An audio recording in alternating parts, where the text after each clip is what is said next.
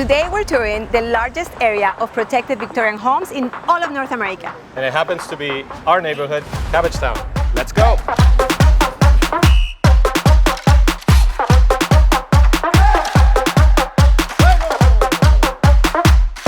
I'm currently on Parliament Street. This is the main street in Cabbagetown, and most houses are just steps away from this location. What I love Parliament is that you have a variety of stores.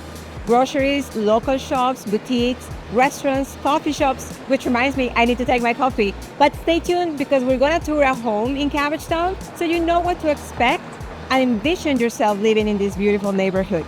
Let's go.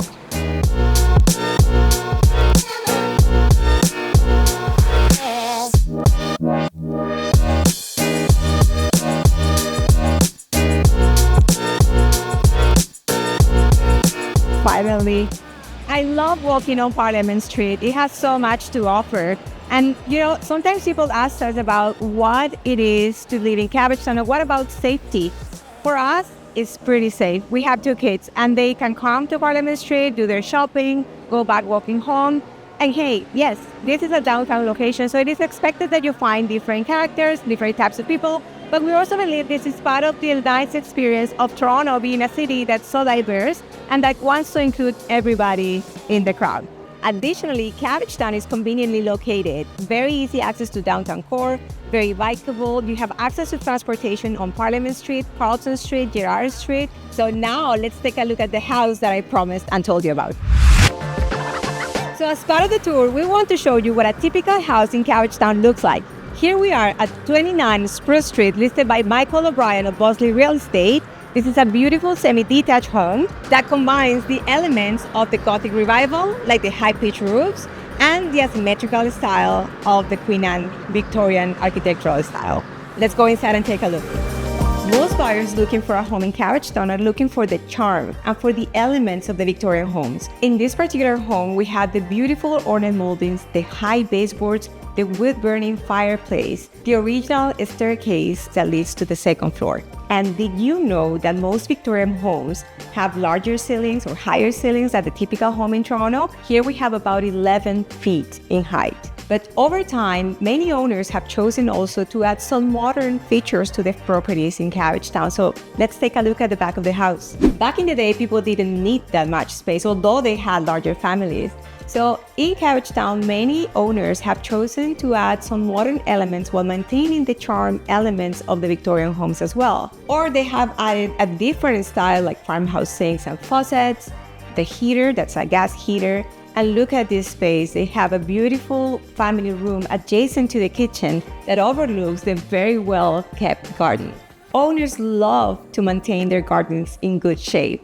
Did you know that every other year, Cabbagetown organizes the Garden and Hidden Spaces Tour? That's another thing to look forward to every 2 years. Since most houses in Cabbagetown are very close to each other, many owners choose to use nature and plants to keep that privacy. The depths of lots in Cabbagetown are typically small. This is a very rare semi-detached where the lot is 136 feet, so that allows for you to have a proper parking space and even a separation from the outside, which keeps it safe. So when looking in Cabbagetown, be sure to confirm if you have a parking space, how deep is your lot, and if you're comfortable with either being a small lot or a large lot, it's totally fine. I feel that you're gonna be happy living in charming Cabbagetown. Right now we're at Spruce Street, one of the main east-west streets in Cabbagetown. Interesting features of this street are the Victorian homes, but also the townhouse complexes that we can find on the south side of the street.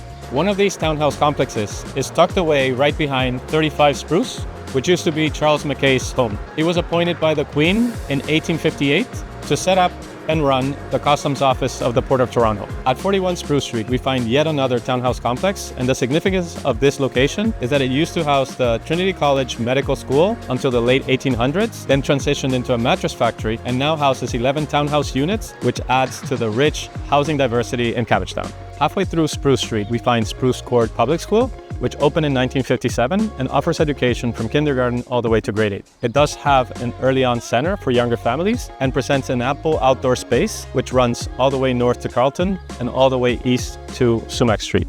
A short distance from Spruce Street, we find the Riverdale Park West, which on the north side has the Riverdale Farm and also a treat section of the park. On the south side, there's an off-leash section for dogs and also softball fields, which are actively used in the summer. If you haven't been to Cabbagetown yet, we encourage you to do so. Visit mycabbagetown.ca for more information. Don't forget to like and subscribe, and we'll see you guys later.